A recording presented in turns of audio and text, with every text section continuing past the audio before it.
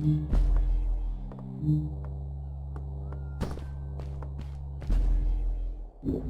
story about my uncle is a first-person platformer in which you utilize multiple different abilities to traverse each level. The game was made by Gone North Games and was published by Coffee Stain Studio of Sanctum fame. Gone North Games has continued to work under the Coffee Stain's publisher-developer, developing all of the Goat Simulator DLCs with exception to the Payday expansion. The game itself is very straightforward from a gameplay perspective. You jump along the different rocks until you get to the next checkpoint. Whether you find your own way to get across, or you do it the way the developer intended is up to you.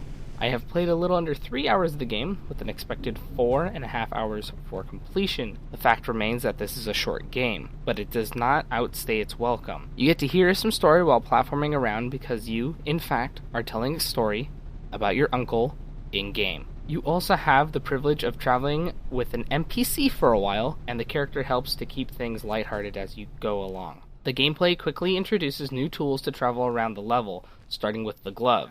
In the game, it is a whole suit, but the only thing that changes on screen is that you have a glove, so I'm going to call it the glove from now on. The glove starts you out with two different options. One that propels you in the air off the ground, and the other is a leap that will cover a large distance but not much height. The next ability is when you're able to use the glove as a grappling hook, shooting a laser out of the glove to any surface and pulling you towards it. As the game progresses, you are able to shoot multiple grapples before touching the ground again, and it is quickly maxed out at 3. The next items are a pair of rocket boots that will allow you a medium burst to fly in whichever direction you are facing.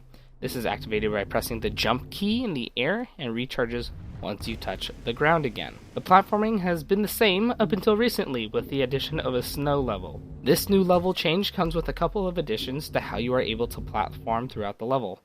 First is the inclusion of crystals that are scattered around the level.